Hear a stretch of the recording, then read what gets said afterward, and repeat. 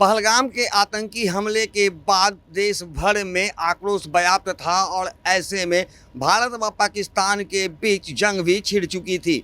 दोनों ओर से जमकर गोलियां और बमों की बौछार हो रही थी और इसी बीच हमारे देश यानी भारत का एक सेना का जवान मोहम्मद इम्तियाज इस पूरे बमबारी में घायल हो गया था और उसकी इलाज के दौरान मौत हो गई थी, जिसके बाद से पूरा देश शोकाकुल हो चुका है।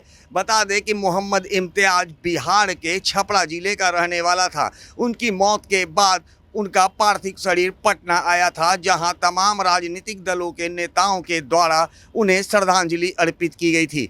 पटना में श्रद्धांजलि अर्पित करने के बाद उनके शव को उनके घर में उनके परिजनों को सौंपा गया था। लेकिन घटना के 4 दिन के बाद भी अब लगातार जो राजनीतिक दल के नेता हैं उनके घर पर जा रहे हैं और उनके परिजनों से मिलकर उन्हें सांत्वना दे रहे हैं। ऐसे में निर्दलीय सांसद पप्पू यादव भी आज सुबह यानी कि गुरुवार की सुबह छपरा उनके घर पहुंचे और मृतक के परिजनों से मुलाकात की। उन्होंने परिजनों को ढाढ़स बढ़ाया और कहा कि ये जो मोहम्मद इम्तियाज थे उन्होंने अपने देश के लिए कुर्बानी दी है और इनका कुर्बानी कभी फालतू में नहीं जाएगा। निश्चित रूप से ये जो शहीद हुए हैं ये कभी मर नहीं सकते, ये अमर हो चुके हैं।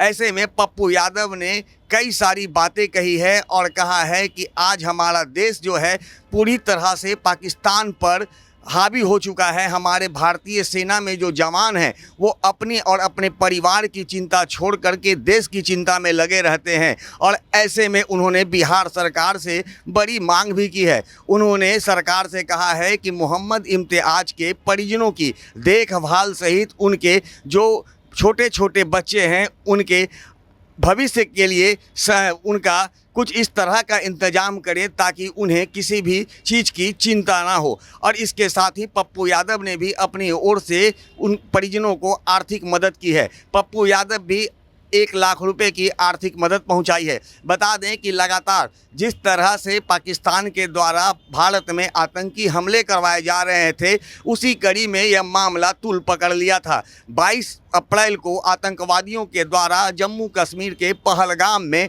आतंकियों के द्वारा हमला किया गया था और उसमें 26 पर्यटकों की मौत हो गई थी, जिसके बाद देश के प्रधानमंत्री नरेंद्र मोदी ने अपने सेना का मनोबल बढ़ाते हुए पाकिस्तान में कार्रवाई करने के आदेश दिए थे और उसके बाद भारतीय सेना के द्वारा पाकिस्तान पर कार्रवाई की गई थी। हालांकि पाकिस्तान की ओर से भी बम और मिसाइलों का उपयोग किया गया था और उसी दौरान मोहम्मद इम्तियाज घायल हो गए थे। उसके बाद उनकी इलाज के दौरान मौत हो गई थी। लेकिन इतना तो तय है कि जिस तरह से भारतीय सेना ने पाकिस्तान के ऊपर बड़ी कार्रवाई की है उससे पाकिस्तान पूरी तरह बौखला चुका था। मोहम्मद इम्तियाज के बाद की मौत के बाद आज पूरा देश शोकाकुल है और लगातार जो है राजनीतिक दलों का उनके घर पर जाना आना लगा है और लगातार उनके परिवार को ढांढस बनाते हुए हम आपके साथ हैं का आश्वासन भी दिया जा रहा है। अब देखना दिलचस्प हो गया क्या